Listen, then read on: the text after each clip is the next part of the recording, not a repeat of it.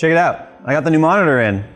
You guys keep asking me on my live streams, did I bring it home yet? Nope, not yet. Monitor is in, monitor works. Didn't do a video about that. There's no point where I showed you how it doesn't work. So it'd be the opposite, it works. But I'm about to tear the whole system apart again because Devour sent me something that absolutely positively needs to go in here. Get your next gaming PC from Build Redux. Compare pricing to buying the parts yourself and stop overpaying. Pick your starting budget, see your estimated gaming performance, and then see your PC based on your choices. Plus, Redux offers a growing support hub to answer all your questions. And it's backed by a 2-year parts and labor warranty, so you're covered. Pick your budget, pick your games, and get Build Redux. So I think while I'm in there, I'm gonna actually go ahead and change out the fans too to the new Infinity Mirror fans from Lee & because I didn't even notice this. It was actually a subscriber that commented this, that the single fans from the Infinity series come with the breakout cable to just a standard ARGB header. I say standard, the motherboard style, not the JST style. So that means I would be able to use them without having to use their control box. And I think the side lighting and Infinity Mirror would go really well with the overall look of the Spectre 3. But the whole reason why I'm taking this apart is the fact that I received this package from Der Bauer, or Roman, depending on how you know him. And this is an absolute must-have for anyone running 12th gen. Steve did a very informative piece, and Steve is definitely your go-to guy when it comes to this kind of stuff, this really in-depth testing and stuff. Steve is, but Gamers Nexus, I give him a hard time, I make fun of his hair and stuff. It's okay, I have gray hair, people make fun of mine. He's the one that really does some good pieces regarding this type of information. So he's already done all full testing on this. This is a new bracket designed by Thermal Grizzly, which is Der Bauer's company, to properly tension and hold down the Intel 12th gen. So it's made out of metal, you can hear that. It's got the Thermal Grizzly name and stuff on there, right? It's the CPU contact frame. You look at the back, it's milled perfectly for the indentation of the CPU. And what this does is it eliminates the lever mechanism that 12th gen has. If you look at the contact paper that Steve used, it's very uneven. The side where the lever is pushes down harder than the opposite side, so it lifts and it creates an uneven contact patch across the die. And then 2, it also causes warping or bending of the substrate over time, which also leads to very bad cooling situations. This is a 12900K. It's got my water block on there, JayzTwoCents.com. Actually, no, JayzTwoCents.com doesn't sell that. Corsair and Amazon does, but it's a collaboration with Corsair. It is my block. I came up with that design. Yeah, and here's the thing, because I'm not planning on doing any sort of crazy overclocks or whatever, I could have probably been just fine not using this, but I want to try it out. I didn't do any sort of before testing on this because the point of this video for me is not about, is this product worth it? I know Der Bauer's already done his R&D on this. I know Steve has already independently tested it, and I know it's going to work just fine. I just don't want to bend the CPU over time, and I don't want to have cracked thermal paste because of it bending, and I don't want to have temperature problems later. I mean, I have to tear it apart again at some point in the future. So I'm just like, let's just get it out of the way now. So to get the monitor out, and this is entirely my doing because I had to add a monitor to a place there was never intended to have one, but now we do. I have to take the power supply screws out and swivel the power supply out of the way, just so that I can get to the bottom of the bolts or the nuts or screws that are going up right there that have the 7mm nut on it. Otherwise, I can't get to the bottom screws. I had Nick leave the hole in the 3D printed piece the size that it was. That way those screws don't just fall down because of the fact that they are technically threaded into that plate as well. That's what I love about the iFixit kit and this bendy thing. This allows me to do that. That's the thing with this case, there's nothing conventional about it at all. So it's very much, like very abnormal.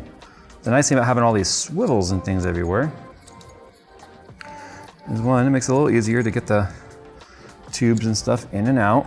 2, I can just swivel that up out of the way. So now anything in there is trapped in there. So now the graphics card is essentially free. Getting the graphics card out is honestly gonna be the hardest part of this whole thing. Now I should be able to just pull it out as one complete unit with the RGB plug. There we go. All right. I mean, it's a lot easier than when I'm putting it together for the first time because everything already has its spot. And what I tend to do on stuff like this, I'll make like a little plug just with like the paper towel to put in there. That way, if it does start to drip a little bit, at least there's something to sort of catch it while I have time to sort of go, oh crap, something's happening, you know, so I can just do that. It won't catch everything, obviously, but it does something because it's very tight in this region here. That's what they said. The thing about these thick boy radiators like this is, man, do they hold on to a lot of fluid. Okay, so I can unplug that and then this RGB. So I'll be replacing this whole harness. The nice thing is the length on this is crazy versus what I'm gonna have with the other one because I had to use the JST jumper here to like terminate it, which made it twice as long as I needed, but the other cable coming already terminated to the fittings that are the plugs that I need means I should have less cableage to deal with up here, which will be nice. So we're almost to a point now to where I can get the motherboard. Actually, I can get the motherboard out of here now and then I can deal with the front rad later. And we're free. That actually wasn't all that bad, honestly. Could have been worse. So I think that block is getting replaced.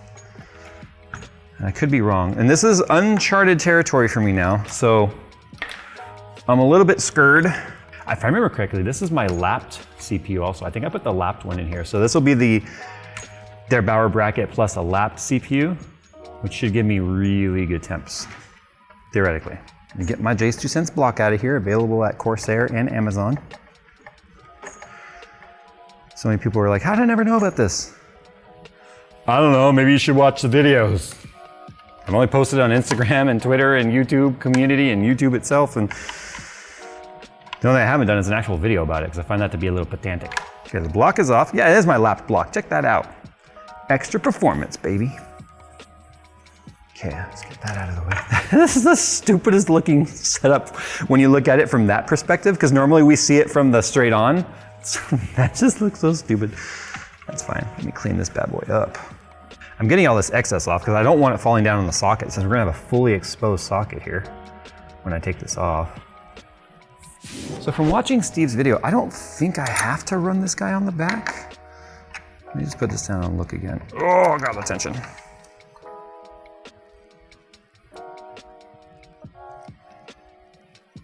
I don't think, no, those don't even line up. I don't know what this is for. Oh, you know what? I bet you I know what this is for.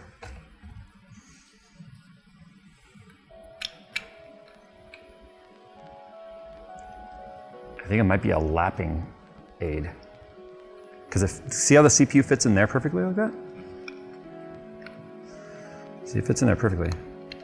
I believe this to be a lapping aid, to be honest. That way you can get even pressure on it. That's what these grips are for. Bet you anything that's what this is. I don't need to do that, as I've already done it. So now is where I need to find the appropriate bit. Thermal paste out of here. It's probably gonna be this one. Boom. God, I'm so good, I surprise myself sometimes. I really don't want to damage this, otherwise I'll have to go grab another one off the shelf. I don't actually have another one of these exact motherboards, which means I really don't want to damage it because what that ends up meaning, and I'm gonna have to put those standoffs back in, aren't I? Oh no, I'm not, because I have to use the back plate. Okay, that's right. I was like, we need better standoffs, and I remember now with my own design. I don't know if another, Jesus Christ. Oh, it helps when I undo the, Jesus, Jay, how I dress myself. Okay, don't drop anything on the side. How I dress myself in the morning, let alone get these videos done, is a mystery to me as well, folks. Okay, so I need those screws. And these are just little retention nuts on there. So that one, because he doesn't provide hardware, so I'm assuming you just reuse it. You might have a website documentation on this. I really just don't know. But I'm the kind of guy that likes to just sort of go for it. I'm trying to lose them. Which is good then. That means I don't have to worry about space behind the motherboard of it not like somehow being an issue because of how thick it is. I could see there being a lot of cases I wouldn't fit behind, so I'm fairly certain that that's a lapping tool for the 15th time. Okay, so now I have to put the CPU down. It's upside down. And then what happens here is we lay this on top of it. Now, this is the part where you don't over tighten it. If you do, memory channels will apparently not work. So it's like, I kind of want to test this somehow before I put it back in for obvious reasons. It's kind of like Threadripper. It's got to be just right.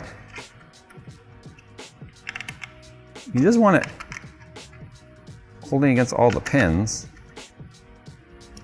They said if you over tighten it, then it doesn't, then what happens is I think one side lifts. They said it won't cause any damage, it's just what you'll notice is that there are channels of the memory that doesn't work. But you can see now, this gives it very even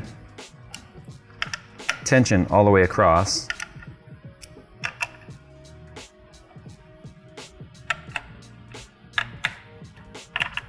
That one was still pretty loose. I think he said there should be like a whole turn left afterwards. I'm gonna try loosening this up a little bit. All right, so I got my test power supply set up here. I got a 1050, which doesn't use power. I got my 24 pin and EPS power. CPU sitting there with a dollop of paste, keyboard, mouse. This little monitor really comes in handy for post testing. Let me tell you, I have to bring out a big old monitor and stuff. And I'm literally just gonna go, well, let's go like this with it. There. Believe it or not, that's fine for testing like this. All right, power on. And let's see if we get a video. There's nothing to indicate it turned on other than the light because there's no fans hooked up anywhere. So what I'm looking for here is obviously a post. Go into BIOS. I think we got a post right now because that just,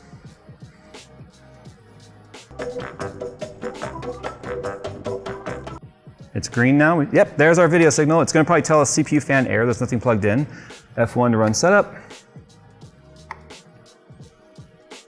Okay, we have got, do we have 16? Or 64 gigs, I almost said 16, yeah. 64 gigs of RAM, yes we do. And everything appears to be showing up and working. Look, my CPU temperature is at 35°C, just sitting there passive with this Noctua cooler on there with no fan or anything. It's not even mounted down. It's just pushed down on the thermal paste. So you can see you can do boot tests like this just fine as long as there's thermal paste and some sort of a cooler to transfer the heat. But everything appears to be working just fine. If I go to like Extreme Tweaker, yep, we've got our DRAM frequency is correct. And then we've got our capacity all showing up. So if I go now into like memory settings, I should see 2 sticks of RAM in there. Yes. Perfect. Shut this off. Now we can get lunch and I can put it all back in there.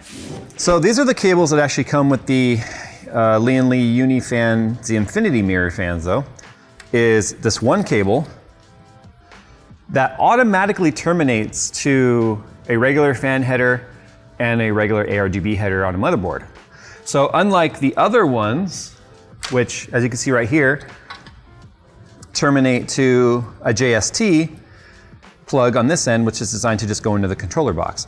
So I have all this excess wire because I had to do a conversion cable for it. So this is actually gonna be a little bit neater because it's shorter.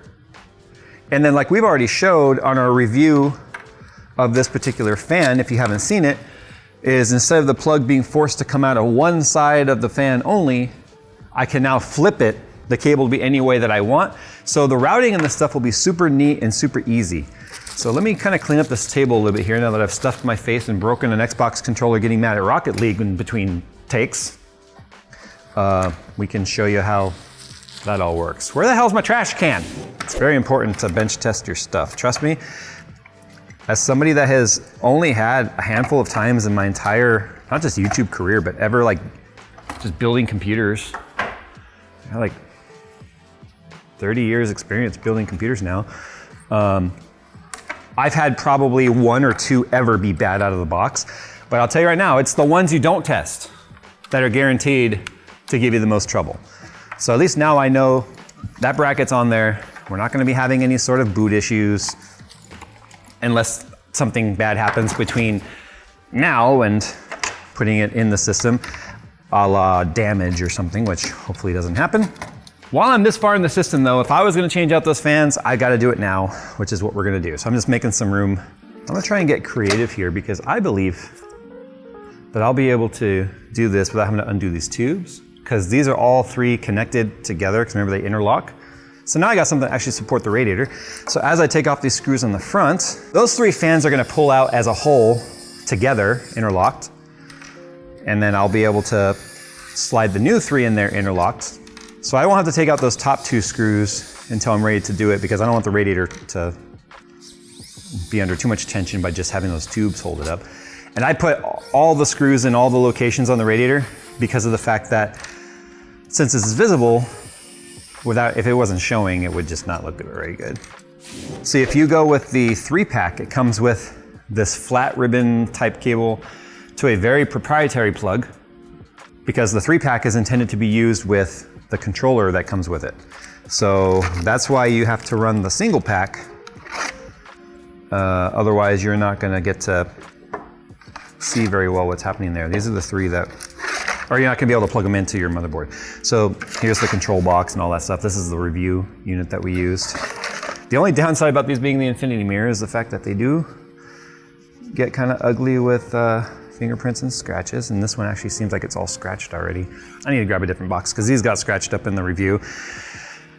That is a downside of these. We did show that they are soft material and they do scratch pretty easy.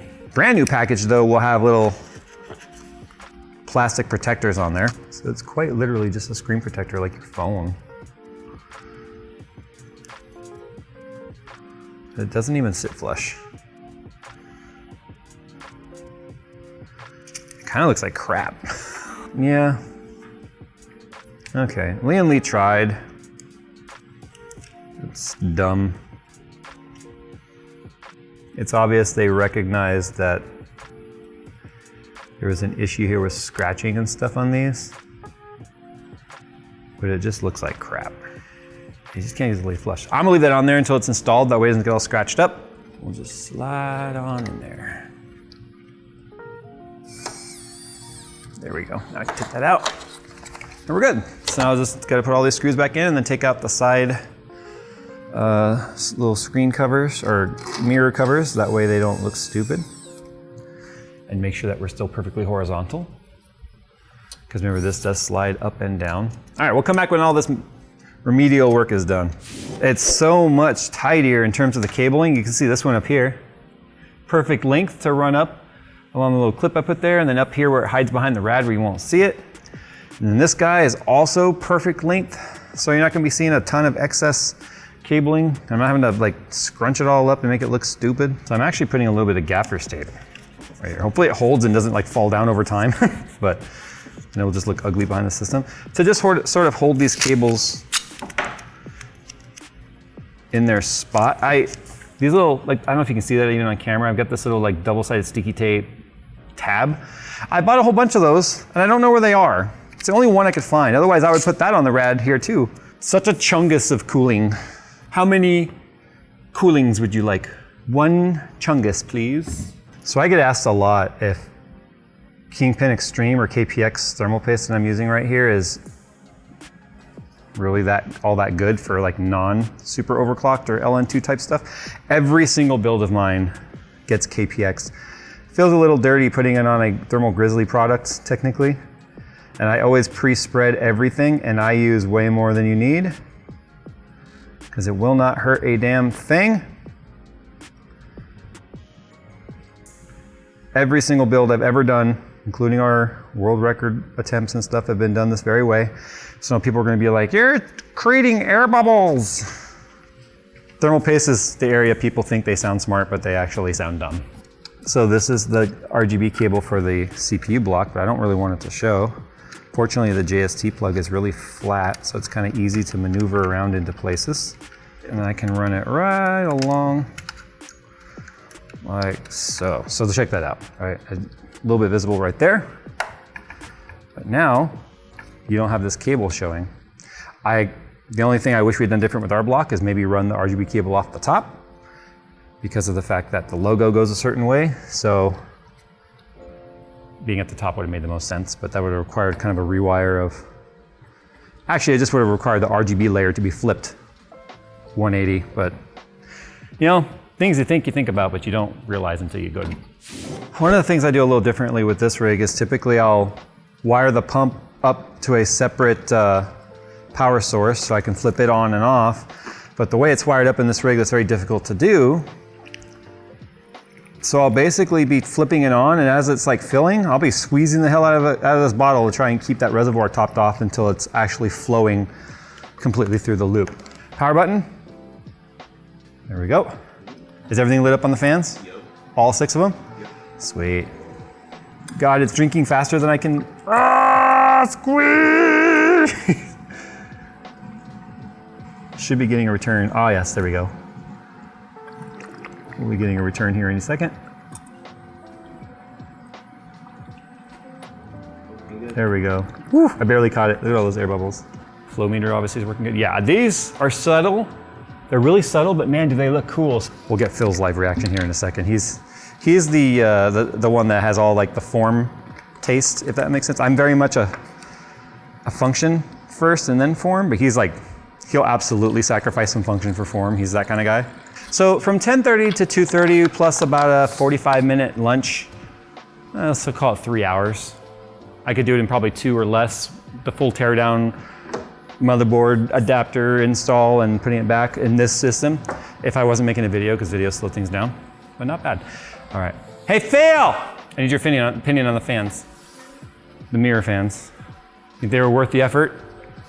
I think you're embellishing a little bit. No, I freaking. No one cares about his opinion anymore. Shut up. All right, guys, thanks for watching. Now it's finally done. Working monitor, fans have been changed out. And if you look at it from, you know, the front view, like right over here, this angle, you can see now you got the edge lighting on the top of the case, the front, you see the fan hubs, and then you see the side of the mirrors and all that. Looks real good. All right, thanks for watching. We'll see you in the next one. Oh, the last thing I actually really want to do with this is take the plexi piece to a custom glass maker and have them make that out of tempered glass. Then I don't have to deal with acrylic. I'm debating not even putting that back on. I think I like it as an open chassis.